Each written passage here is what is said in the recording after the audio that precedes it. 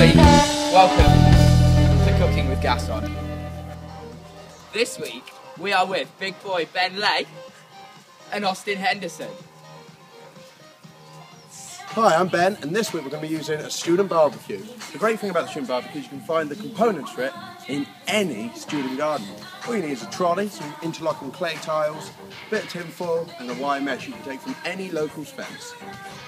So, as you can see, any decent barbecue, garden barbecue, student barbecue needs to be catered for. You need to make sure you move it around, you've got to move the heat around. You initially get the coals on fire, but then of course you need to spread that fire. You need to make sure that all those coals are nice and white before you go and put anything on it. You need to make sure that you get a nice temperature for a nice slow but thorough cook. So, let's come in. What I'm going to do now is I'll put the fire around using terrible equipment. The only sort of equipment you would find in a student garden. And that is ultimately the point of the show. As you can see, there's a considerable amount of smoke rising. Pretty awful for everybody involved. And as you can see there, you've now got the cold coals back on top so they can heat up, and then the white coals, which is ultimately the where we want to end up with this before we can cook. They're now sort of on the outside, then spreading some heat slightly further out, but ultimately the coals are getting the most warm in the middle, and then we'll come back and we will revisit this shortly once the rest of the coals are nice and white, and then we'll show you what we'll be cooking today.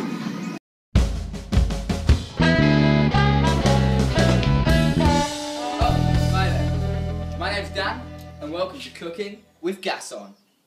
So, while we're waiting for the coals to white up, Austin, what makes your perfect barbecue?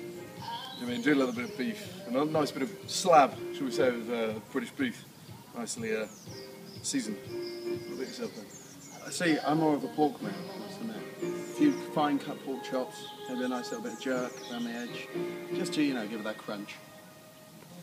Nice! And while we're waiting for the coals to get hot, some basketball.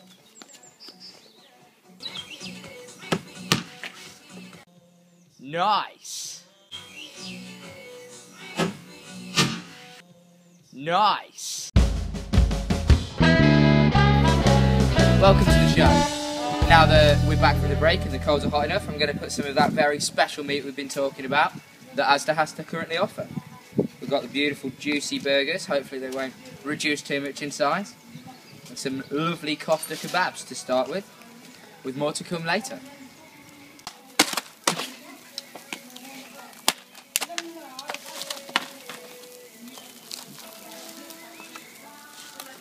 Due to a lack of proper food placement there by Gasson, I've been asked to step in and just sort of show you where the best places to apply meat to the hot coals are.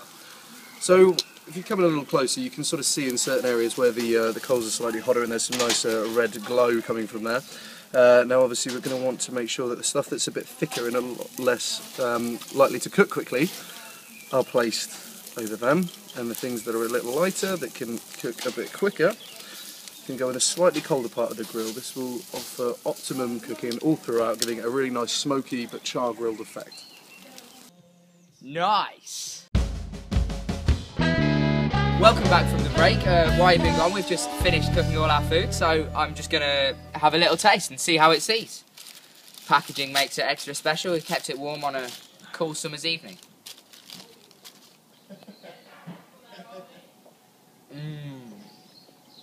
You know, I'm really glad that we left the coals on to get to just the right temperature, because this is sublime.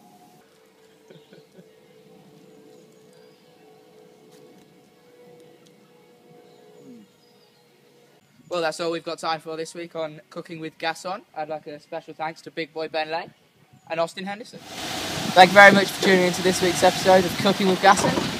Follow up for next week's Driving with Gasson.